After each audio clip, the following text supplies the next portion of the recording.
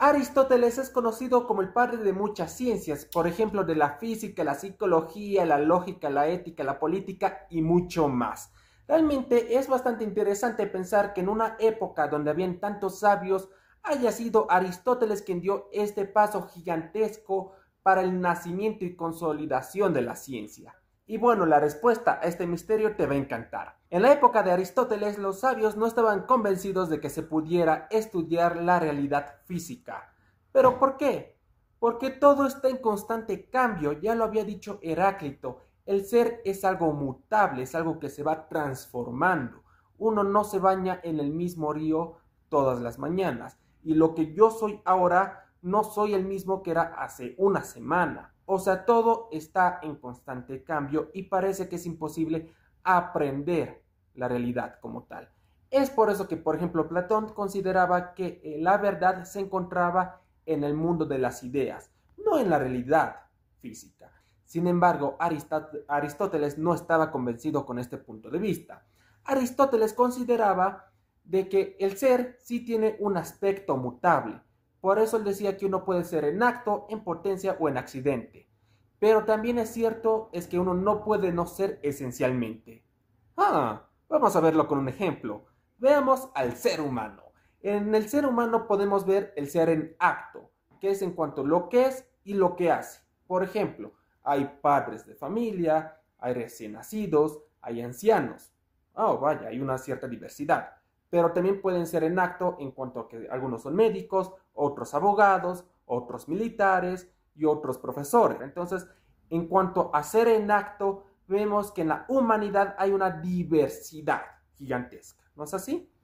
Pero luego podemos hablar sobre el ser en potencia, que quiere decir en cuanto a lo que va a hacer. Por ejemplo, un niño va a volverse un adolescente en adulto, y bueno, y todos en algún momento vamos a morir. Pero también podríamos verlo, el ser en potencia, en cuanto a que en potencia una persona podría volverse un gobernante porque toda su carrera, todos sus logros lo están llevando a ese destino. Y por último está el ser en accidente, que se relaciona con ciertas cualidades que nos diferencia de otros individuos. Por ejemplo, algunos son bolivianos, otros son paraguayos, mexicanos, o rusos, o suecos, etcétera, ¿no ve? Algunos hablan español, otros hablan chino, otros hablan portugués y bla, bla, bla. Algunos son altos con barba, otros son altos sin barba y todo eso, ¿no? O sea, todas esas diferencias que realmente no están bajo nuestro control, pero nos hacen diferenciar como individuos de otros. Llegado a este punto, pareciera de que realmente el ser humano está tan diversificado que es imposible estudiar, ¿no? Por eso muchos creen que la psicología sencillamente está destinada a ser una pseudociencia porque no hay forma de estudiar al ser humano. Pero Aristóteles decía que uno no puede no ser esencialmente, o de otra forma, uno siempre es esencialmente. Es cierto de que el ser humano tiene una gran diversidad, pero en el fondo todos somos de una misma especie, todos somos Homo sapiens. Nuestros comportamientos tienen una base en común.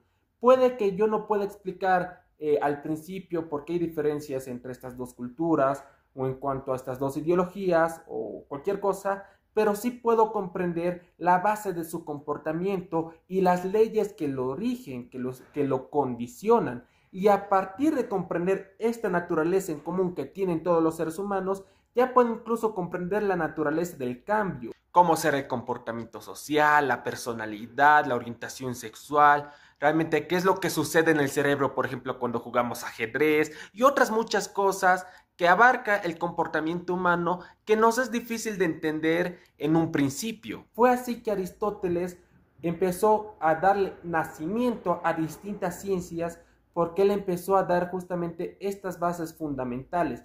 Cómo uno puede empezar a clasificar y comprender la realidad natural, no distrayéndose con los aspectos del cambio, sino comprendiendo esta base fundamental por lo cual permite la existencia de esto.